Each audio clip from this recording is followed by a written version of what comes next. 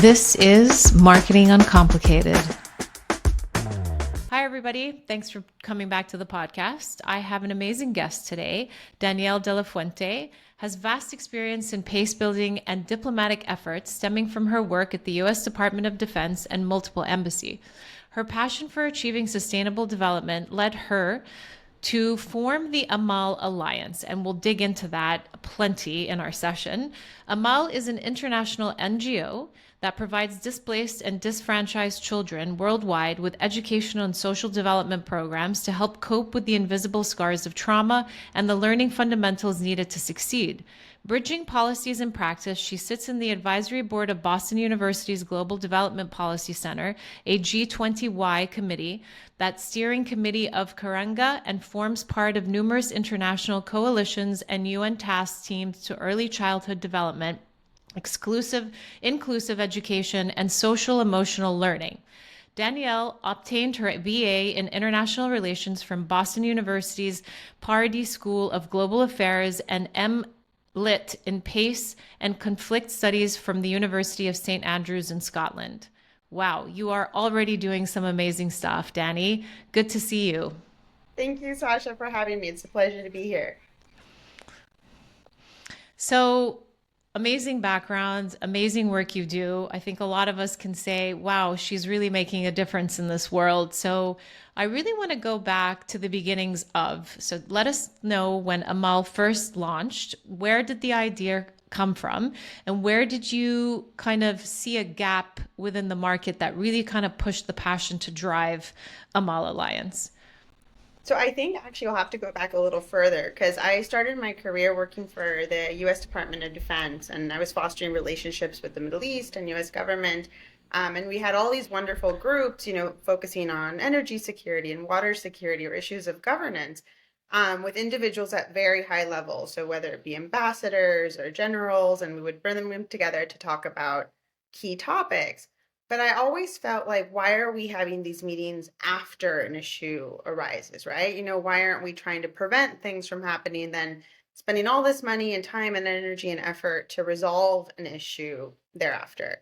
And so I went back to school to do a master's, and I kind of honed in on peace and conflict, but specifically on intergenerational violence and sort of how that kind of perpetuates if certain things are not addressed. And so it was right around the time of the Syrian crisis. A lot of refugees were migrating to Europe. And I just happened to be in Greece actually on a yoga retreat. And so thought, I'd really like to see firsthand, what's happening in the islands. I was seeing all the images and the news. And so I very naively went to, a refugee camp thinking I was just going to like walk in. They're like, who is this lady? like, what is she doing here?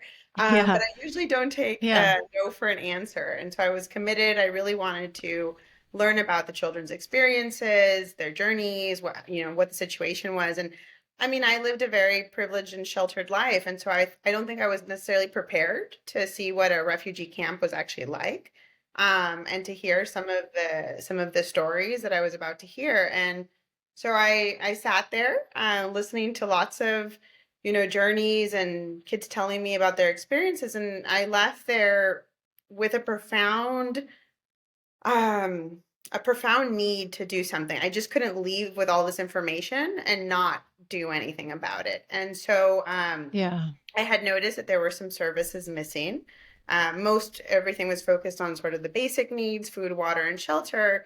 But these kids were clearly very traumatized, and I was like, well, Mhm. how are they going to heal? And a lot of them didn't have access to school. Their education was interrupted, and so I was like, okay, well, they really need to heal, and they really need to learn so that they can grow. As overcome some of these challenges. And so that was sort of the beginning of it all. Yeah. Wow. I mean, to completely just, you've had no experience with working with NGOs or refugee camps prior, and you just decided something inside your gut was like, I need to go and check this out. Yeah, and I mean, to a Wow. certain degree, I think it's, most people think Department of Defense, like, how does that have anything to do Sure. with children? But I was really focused on sort of the diplomacy aspects of what was being done. And sort of building those relationships and more of the conflict resolution. And so it's really not such a far stretch from what we're doing Sure. now with the children, except, we were doing it with country levels. Now we apply it with very little kids in a game format. But Yes. we're talking about the same concepts. And it's actually easier because we're introducing them. So we're actually planting seeds to prevent and mitigate conflict. Sure, sure. So, what was your experience walking away from that refugee camp? How quickly in your mind did you begin to form, I really need to do something, I need to set something up, I need to make a difference, I need to make a change? Tell us a bit about that. Well, I think so that one of the camps that I had gone to, I mean, the sanitation was non-existent. The camp was horrible. And there was one sort of porta potty area, and I was really surprised that nobody was using this bathroom area. I was like, if there's no sanitation, like, why does no one use Yeah. it? And so, kids tell you everything. You start chatting with them, and this child tells me that bad things were happening in the bathroom. And I'm like, well, what kind of bad things are happening in the bathroom? And so very quickly I Yeah. learned about sexual abuse that was occurring in this bathroom area, and hence nobody was using it. And I was really upset. I mean, obviously anyone would be Yeah. upset hearing this, but I had been there for 30 minutes and I had figured out, the bad things happening in the bathroom. And I'm like, well, where are all the entities that are managing these camps, the NGOs that are providing services? Like, how, I can't possibly be the only one that has figured it out. And so I wanted to fill a very specific void that I thought was Yeah. lacking. And so I really didn't understand the humanitarian world at the time. I thought, we were all going to work together and kumbaya and do all this great good. Um, but Yeah. um, but I think the fact that I didn't understand the humanitarian world was actually a blessing, because I just dove into the deep end. I was like, no, I want to do something that is meaningful, that, even if it's just a little something, but that can change Mhm. a child's life. And so when I initially It's started funny, learning, I don't mean to interrupt you, Danny, but it's funny that you talk about, how these kids have trauma and how you basically didn't come from any of this background. It's like you walked in there with a fresh perspective and a very naive sort of like look on things. So, which I think is what kept you moving forward. exactly. And I asked the children, what do you think is missing? What would you want to see? If you could dream it Yeah. up. And I just took notes. And then I went back and I called experts from all different fields and said, hey, like, you're, an expert in mindfulness, and you're an expert in dance, and you're an art therapist. How can we build something beautiful? But I think it was taking the time to actually listen, because oftentimes you Yeah. see, like, oh, we're gonna ship off, I don't know, 1,000 blankets, and it's really hot. Nobody needs a blanket. So Yeah. just taking the time to really kind of meet a need. Yeah. So you came, you saw within such a short period of time that something was not happening. The management of these facilities were extremely terrible. Nobody really, at the end of the day, was kind of focusing on the betterment of these people that were in this situation, and things were kind of just happening as they were happening. So you left, you moved on with your life. What was the next sort of phase after this? Yeah, so I started the organization because I had met a lot of really fantastic smaller NGOs that were doing really great work. And I was like, oh, these are, the people I want to work with. They're on the front lines, they're doing great Yeah. stuff. And I had noticed, obviously, they didn't have the funds or the resources that a lot of the larger ones had. So I had contacted all these experts and put together a really beautiful curriculum, sorry. And then, I contacted a lot of those smaller NGOs that I had met, and I was like, hey, we built this great curriculum. Would you guys like to implement it? And it Yeah. started off as, I really thought we'd have maybe 500 kids in class, and this was going to be sort of my passion project. And I was super excited. But fast forward, the pandemic hit, and we had active programs at the time in Lebanon, Turkey, and Greece. And now we had this very unique expertise with children that were out of school, that didn't have access to school. And now we could kind of look at things from a fresh perspective when all kids are essentially, dealing with all sorts of social and emotional issues and out of school. Mhm. So, going a little bit back in terms of how you started meeting all these folks from the NGOs, did you just initially started to do research, or you just had a roster based on the current job that you were working in? Tell us a little bit about how you navigated those waters prior to setting up your curriculum. I mean, a lot of it was common sense, right? And so Mm-hmm. you try to enter and they're like, well, you can't. Okay, I can't. Well, who do I need to talk to? No, well, you need to talk to the municipality, or you need to talk to the police, or you need to talk to the regional directorate that's in charge. So I just started knocking on doors, and then the more doors that I knocked on, I was observant, looking at logos of who was, who were the players, Supporters, yeah. talking to teachers like, oh, okay, so you work with this organization, like what do you guys provide? In one particular NGO, they thought I was a donor, and I was like, sure, tell me about your financials. Yeah. And I mean, Secret shopping. I was like, sure, like tell me what do you guys spend money on? Yeah. And so you start just kind of understanding the Digging. landscape. And Yeah. then once you kind of get that perspective, I mean, subconsciously in a way, I was mapping out all the stakeholders, but at the time I was just navigating through it like, okay, well, this door closed. Well, let me try the next one. Let me try the next one. Yeah. And then you find your people. There are certain NGOs that you just vibed better with, and they were a good fit. I was very, very keen on working with the smaller ones, so that sort of automatically kind of honed in the scope of people that I was talking to. But yeah, you just kind of roll with it. So, Yeah. Yeah. When you say that you prefer to work with the smaller ones, what was your peek behind the curtain when you started to get introduced to all of these NGOs? Did you begin to realize that a lot of them didn't put forward what their mission and vision were? Essentially, is that why you felt that the smaller ones kind of ran and stayed true to their mission versus the larger ones? They just got so big that things started to get tangled? yeah, I think it was a little bit of both. I think it was that. I think like once you reach a certain scope, unless you're very intentional about the quality of how you're scaling things, like things won't, always be as great as when you start off at the beginning. But also I was seeing a lot of mismanagement of funds, and so smaller organizations don't have a lot of extra funds. So they're more creative, first of all, in how to solve problems, but they're also more conservative. They're not just spending away. And so I wanted to work with those that were a little bit more invested. They had more skin in the game because they didn't have that extra, time and money to waste. Mhm. Yeah, that totally makes sense. So you navigated, you found some of the NGOs.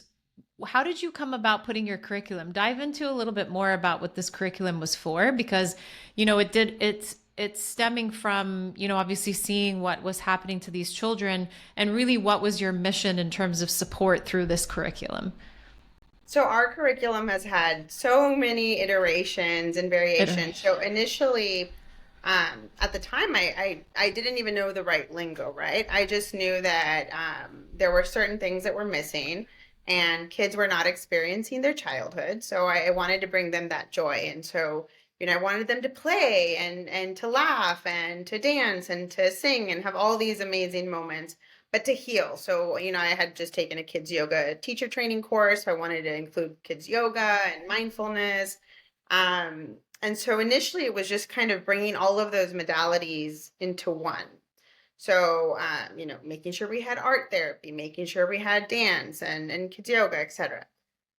But then when the pandemic hit, and so we had this very structured curriculum, but I think it was a little bit too big. I didn't understand, some of the constraints around teachers didn't have time. I mean, one, there were really no teachers. We were diving into the community itself and sort of empowering people to be teachers. And so I say that very loosely. Yeah. Yeah. But when the pandemic hit, we actually got our first big sort of break with a grant from the UN COVID-19 challenge. And so we were able Mm-hmm. to kind of try new things. And so we tried kind of fine tuning the curriculum, creating a very, very solid structure that was always the same, but using all of these modalities, but within the same structure. And we worked with amazing organizations that helped us bring design elements and tech elements. And so it really kind of brought it to life. So now our flagship program, which we're most famous for, is Colors of Kindness. Uh-huh. It's a social and emotional learning curriculum. It's been used in several variations. We have an ed tech version that works offline for areas that don't have accessibility. We have a non-tech version altogether for the little ones from 3 to 6. We have a workbook version that was used during the pandemic at home. So, I mean, it's sort of evolved. I feel like we're on our like 8th iteration of Colors of Kindness. Yeah.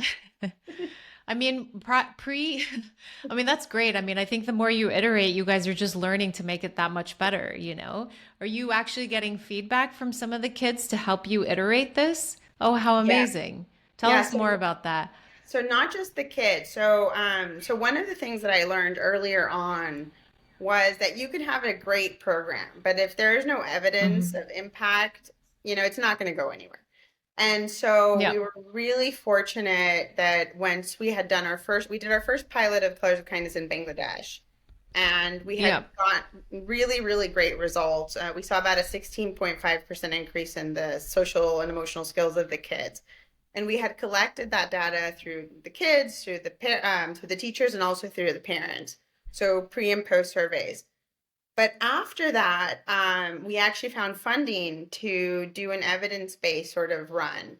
And we worked with the Harvard EASL Lab that did a full, analysis and evaluation of our program.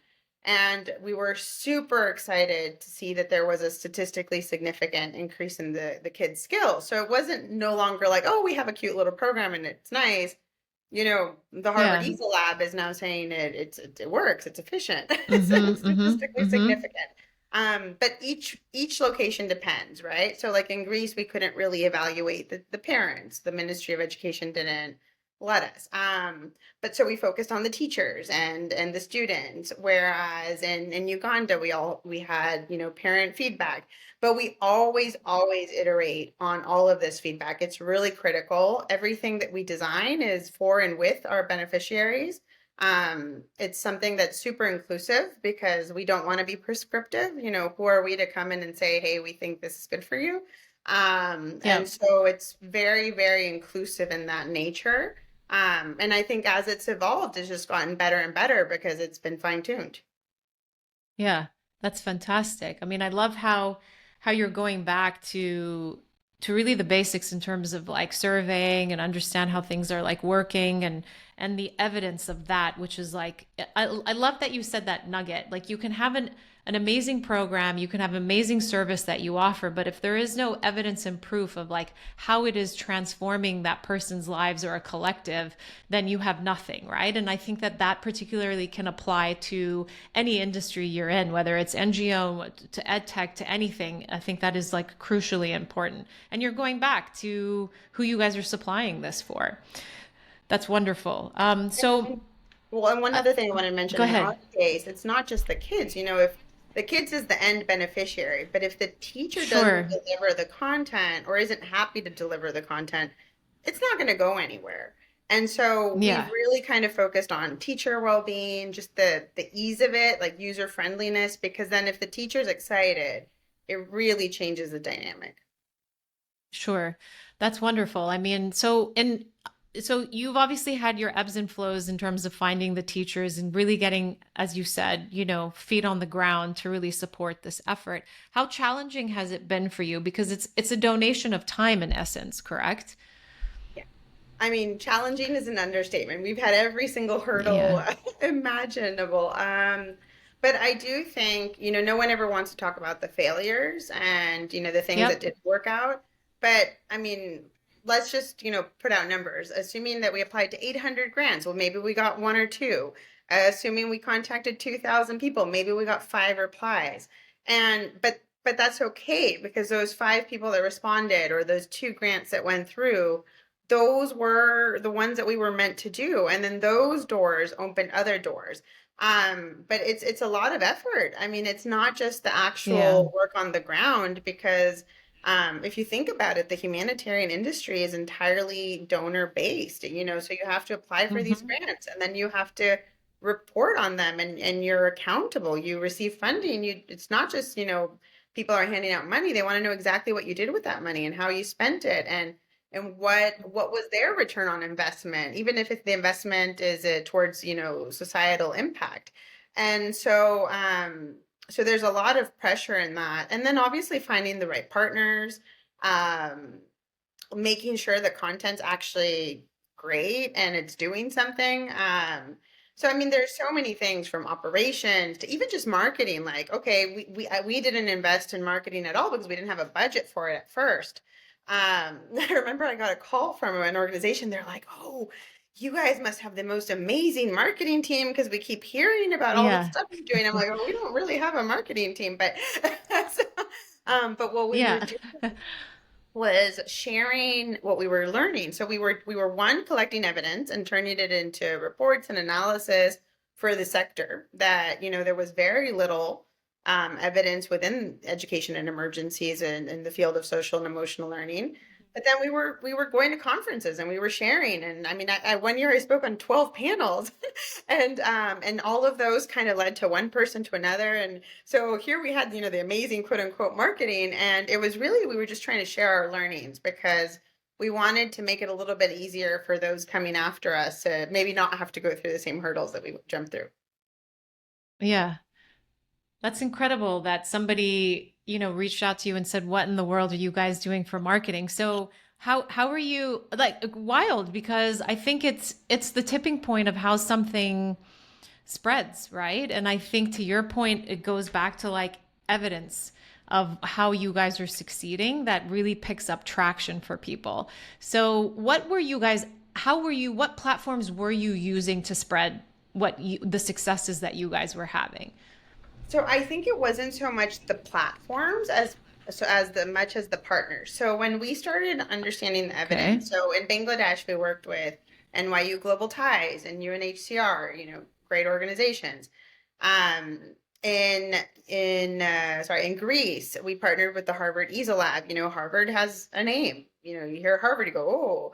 And then at the end of our pilot, the Ministry of Education of Greece actually wanted to scale our program to all the schools. So it was super exciting. And a lot of the donors that we were working with, like, oh my gosh, this is like unprecedented growth. It's not going to be able to be done.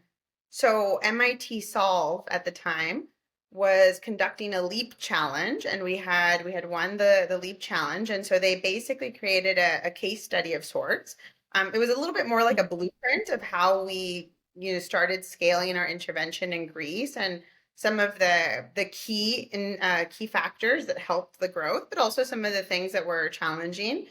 And so we had some major names. We had Harvard, we had MIT Solve. We were working directly with the Ministry of Education. It's very hard to work, with the ministry. And then add to Yes. that, all of our partners.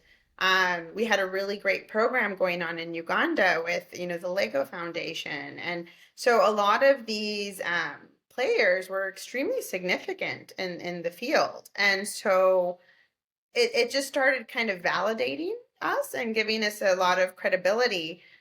So, every time I was up on a panel or giving a presentation, it was no longer, Danielle's talking about this cute little program. It's, well, Danielle's talking about this program that has significant weight and credibility because of those that have taken the time to analyze it. Sure, sure. So it's the partnerships that you're having and the big names that are coming in through the door as well. Yeah. So, I mean, speaking on panels is a channel in and of itself to get the message out there, and it seems like the NGO world is quite connected, small, and they speak to each other. So, I mean, once somebody hears something positive, it will continue to spread. And then, you mentioned names like Lego and Harvard. These were all conducted efforts through you and your team to reach out and to build these relationships, correct? Yeah, and I think that's the key. It's building that relationship. And so even in terms of the humanitarian world, has very specific conferences and advocacy efforts, it focuses on, especially those that are sort of involved in the UN task teams and in certain fields. And so I was very intentional about where I was presenting and who was in the room. And we were actually really fortunate to do this because one of the grants that we had gotten was an advocacy grant from Education Cannot Wait. It's a fund within UNICEF, and they're highly respected in the field. So even just the fact that we were associated with that donor that was sort of propelling us to put us in the right spot really gave us that platform that normally we wouldn't have had, because now it was like a joint effort.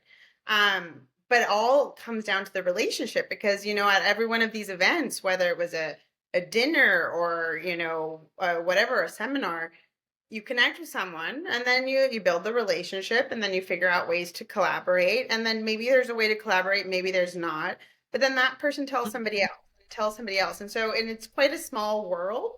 So yeah, word kind of gets out faster than you'd be surprised. Yeah, seems like it. So for you, it's almost like you've had these incremental sort of like bursts of successes versus one big, larger sort of tipping point that's like, okay, we've made it, right?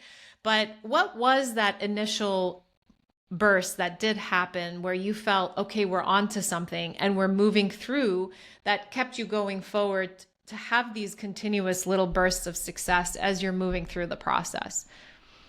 Ooh, that's a tough question. I mean, I think because this was all sort of new to me. So our first sort of Mm-hmm. tipping point was this UN COVID-19 challenge. And I thought that was like, oh my gosh, we made it. Like, I was super Yeah. excited. Now looking back, 4 years ago, I was like, wait, no, that was not it. That was just, another Yeah. stepping stone to the next part. But I didn't know that at the time. So I was Yeah. super excited. And Yeah. I mean, and to a certain degree, yeah, we did make it. It put us in a next stratosphere.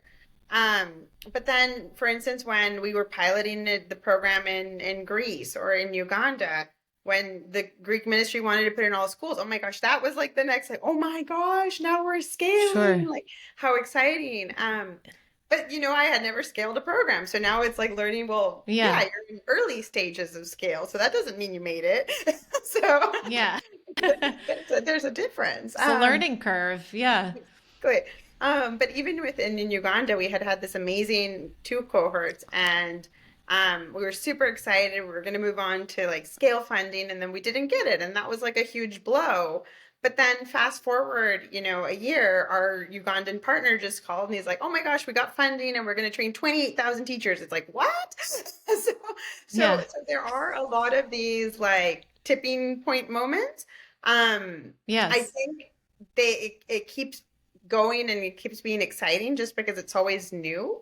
Yeah. Like for instance, now we have a new project launching in the States, which I'm personally just so in love with.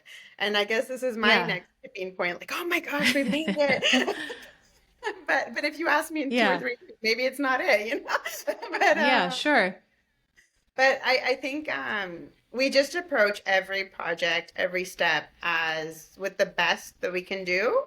Because at the end of the day, we want to make sure we're not doing any harm. So whether it's the right tipping point or the next stepping stone, we just continue. I hear you. But it sounds amazing. I mean, how many how many countries are you in now total? So we've implemented programs in 5 countries. In Okay. 2020, we had 1,100 kids in class. And to date, we've Wow. actually had more than 286,000 kids. So in less than Wow. 3 years, we literally went up about 200 and what, 85,000 children. I mean, that's Yes. great. Yeah. We had a great partnership during the pandemic with the Qatar Foundation, and they distributed the social and emotional learning workbook that I mentioned. Yeah. And that was downloaded in 175 countries. And Unbelievable. so, I mean, there is a demand, there's a Yes. need. So, we're just going with the flow. So, Yeah, I mean, you guys are making strides and impacts on all the time, it seems, so that's just phenomenal. So just going back in terms of, how you mentioned, nobody really talks about sort of the pitfalls, right? As you're going through things. What was the toughest time for you from a business standpoint, whereby you just were thinking, I'm not resonating, I'm not moving forward. Obviously, that point in time in COVID, happened to be that break point. But prior to getting there, what was it that you felt wasn't working where you immediately shifted to ensure that you could push forward to make it work? So, I mean, the organization started in 2018, so about 2 years before COVID. Um, Mm-hmm. and I was self-funding the organization in its early years. And so when I quickly learned that we were onto something and it was going to be great, for the kids, I learned that I wasn't going to be able to continue funding it forever. And so I had to kind of learn to write grants and ask for money and ask for funding. And it's a really difficult world. Because most of the foundations you can't even apply to. You have to be invited to apply to.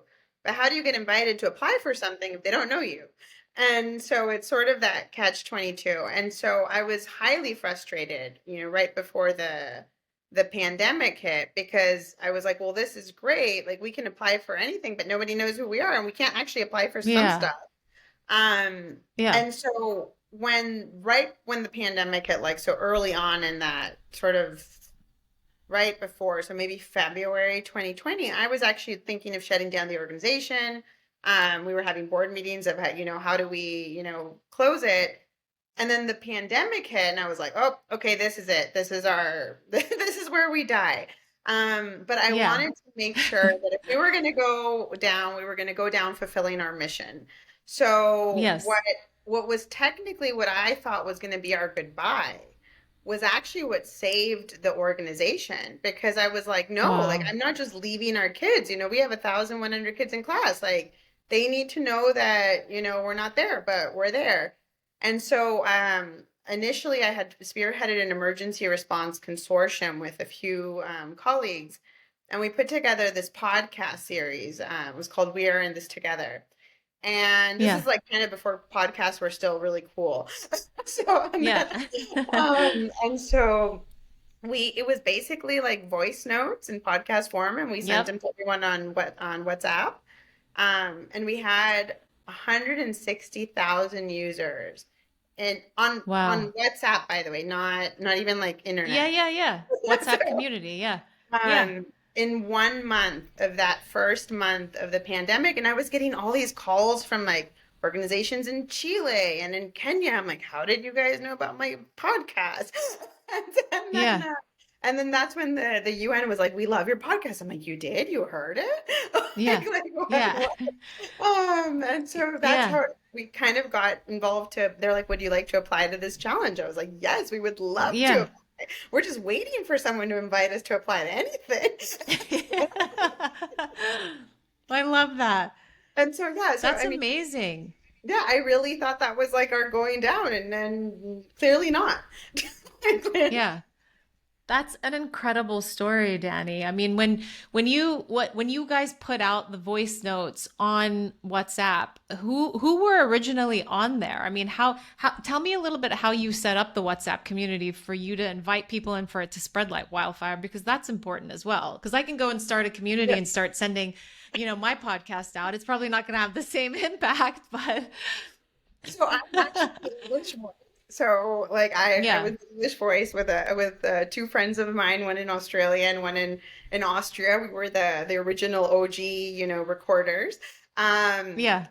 and it was 6 episodes.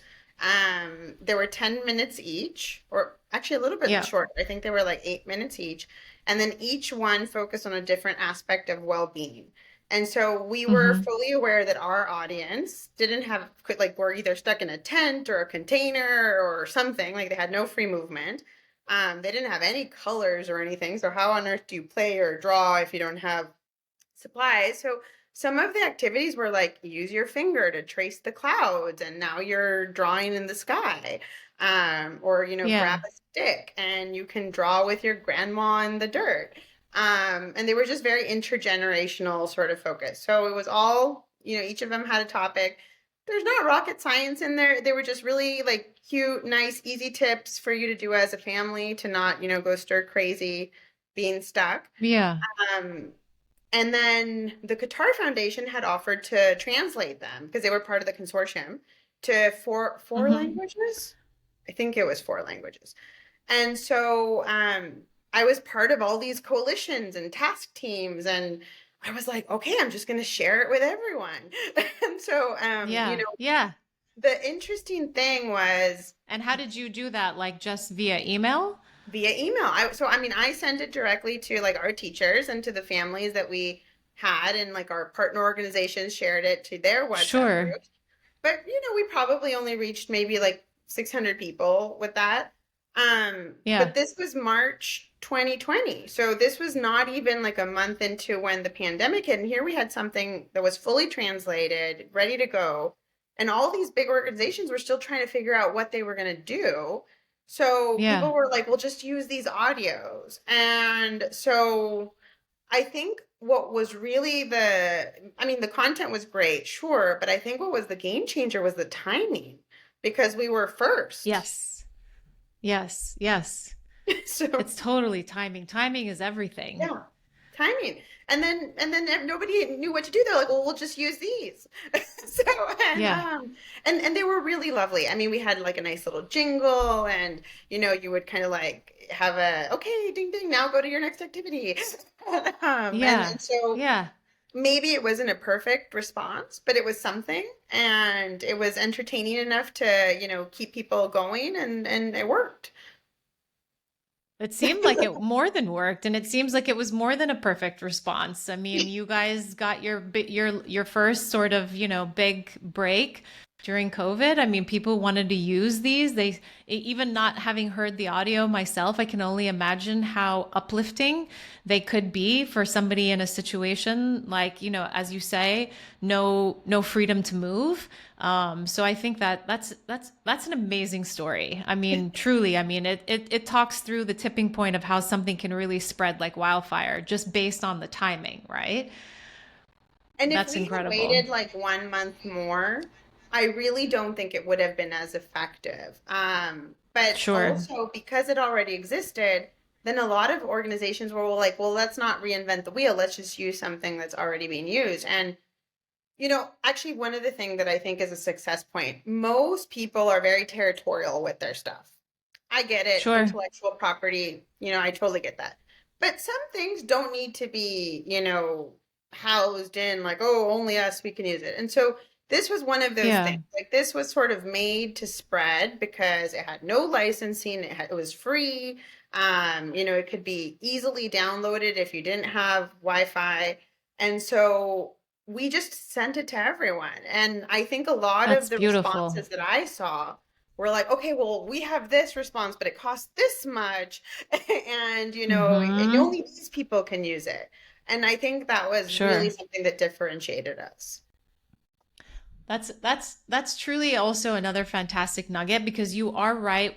People gatekeep content. And even I, as a marketer, immediately when you were like, oh, when we just forwarded on and people were like, oh, we'll just use this. And I'm like, wait, how is she allowing them to use it? Did they pay her for it? So on and so forth. So you confirmed what I was thinking. And it was like you basically gave something of value for nothing. And like as it relates to like all things that we do, and you may not have been thinking about this, but it was in essence like your lead magnet to get people in through the door and to hear about you, whether you Exactly. had planned that or not. I mean, it was a very sort of maybe subconscious, unconscious sort of build out that you guys had. Like you didn't expect, you basically put something out there with zero expectations. But it really took because again, it ties back to the fact that you guys are in humanitarian work in an NGO space, and the more you give, the more return you have on what you put forward. So, I mean, that's an incredible and a beautiful story all combined. So, And you know what was the most exceptional part of that? So the consortium was really 5 people. And it was sort of colleagues that I had met along the way, and I like, loved, and I was like, hey, I need your help. I want to build this consortium. How do we do this? They all volunteered. I mean, we're all stuck at home in different parts of the world, one in Kyrgyzstan and one in Australia and one, one in Switzerland. sure. We all Yeah. volunteered our time. It took like 2 weeks to build this out, something that probably would have taken like a year otherwise. Sure. And if you put the structure and the processes and all of that in place, what other companies do, and you guys were just like, we're going to do it. I'm gonna do And it. we're in this together. Hence the name of the little podcast. Exactly. But and everyone's like, "Oh my gosh, it must have cost so much money." I was like, actually not really. It was like $500. Like it was Yeah. more, but it was just people's time and talent. Well, I love that. I love that story. So I know we're nearing the end, Danny, and I really appreciate your time. There has been some unbelievable stories that have come out of this, and I think that any industry can take away from and listen to.